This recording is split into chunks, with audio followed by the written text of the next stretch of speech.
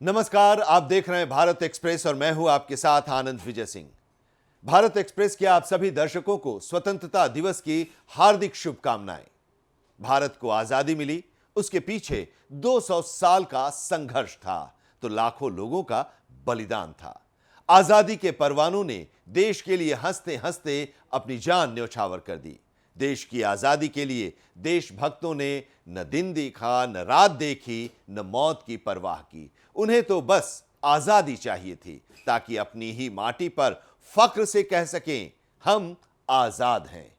इस वीडियो में हम बात करेंगे कि कैसे अंग्रेजी हुकूमत की निर्दयता, बर्बरता और अमानवीयता सत्ता के खिलाफ देश के महान सपूतों ने अपनी जिंदगी कुर्बान कर हमें आजादी दिलाई। भारत को ब्रिटिश साम्राज्य से आजादी के लिए लंबा संघर्ष करना पड़ा था।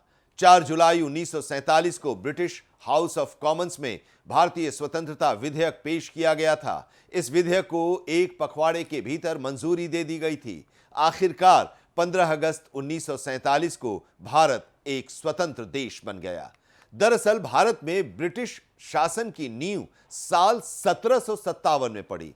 इसी साल बंगाल के अंतिम स्वतंत्र नवाब सिराजुद्दौला की हत्या हुई। 23 जून 1757 को बंगाल की सेना रॉबर्ट क्लाइव के नेतृत्व वाली ईस्ट इंडिया कंपनी की सेना से हार गई। इतिहास में इसे पलासी की लड़ाई के नाम से जाना जाता है। हार के बाद 2 जुलाई 1757 को नवाब सिराजुद्दौला पकड़े गए। ईस्ट इंडिया कंपनी के साथ हुए समझौते के मुताबिक मोहम्मद अली बेग ने नवाब की हत्या कर दी। प्लासी की लड़ाई जीतने के बाद ब्रिटिश ईस्ट इंडिया कंपनी ने पूरे देश में धीरे धीरे पांव पसारने शुरू कर दिए और भारत ब्रिटिश उपनिवेशवादियों के प्रभुत्व में आ गया।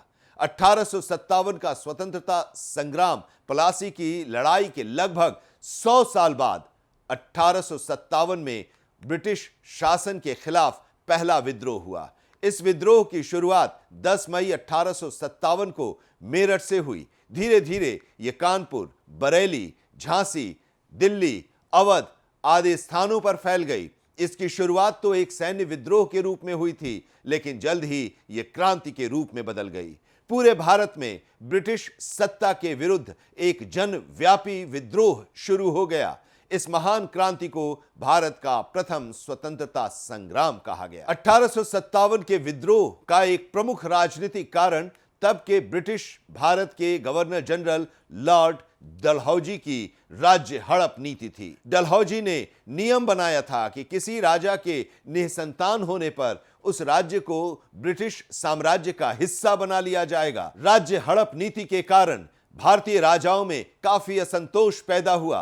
रानी लक्ष्मीबाई के दत्तक पुत्र को झांसी की गद्दी पर नहीं बैठने दिया गया। हड़प नीति के तहत ब्रिटिश शासन ने सतारा, नागपुर और झांसी को ब्रिटिश राज्य में मिला लिया। अब अन्य राजाओं को भय सताने लगा कि उनका भी विलय थोड़े ही दिनों की बात रह गई है। इसके अलावा बाजीराव द्वितीय के दत्तक पुत्र नाना साहेब की पेंशन रोक दी गई, जिससे भारत के शासक वर्ग में विद्रोह की भावना मजबूत होने लगी। बहुत कम समय में आंदोलन देश के कई हिस्सों तक पहुंच गया, लेकिन दक्षिण के प्रांतों ने इसमें कोई हिस्सा नहीं लिया। अहम शासकों जैसे सिंधिया, होलकर, जोधपुर के राणा और दूसरे शासकों ने विद्रोह का समर्थन नहीं किया।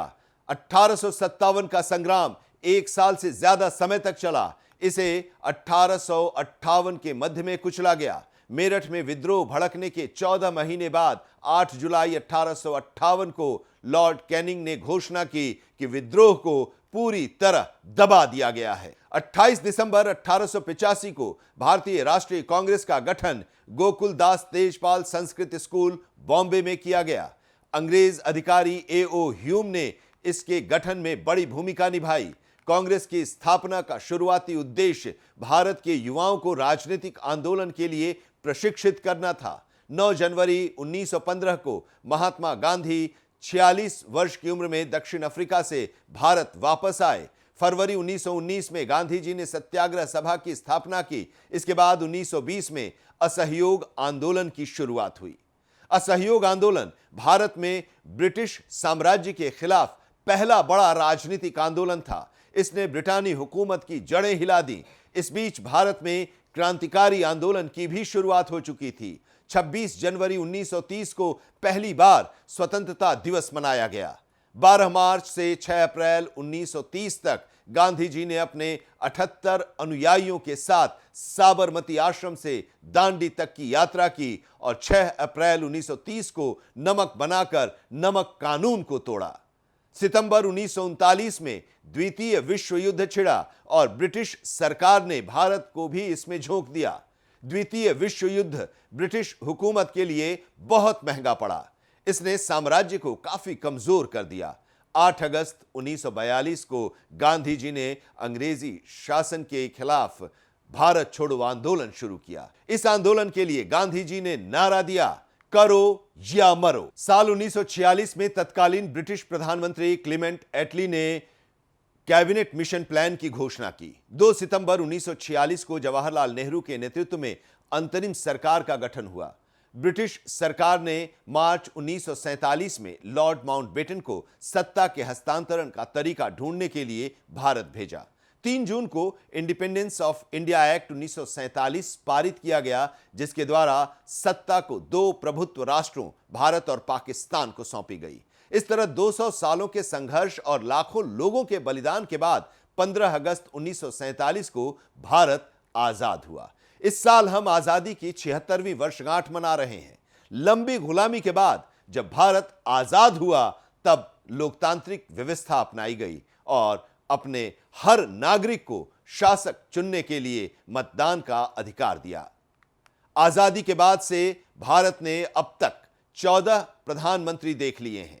14वें प्रधानमंत्री के रूप में नरेंद्र मोदी लाल किले की प्राचीर से 10वीं बार राष्ट्रीय ध्वज फहराएंगे।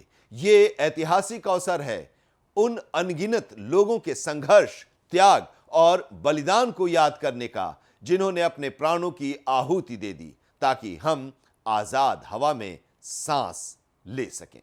तो आज अभी इतना ही, लेकिन देश और दुनिया की तमाम अहम खबरों के लिए आप देखते रहिए भारत एक्सप्रेस। दीजिए इजाजत, नमस्कार।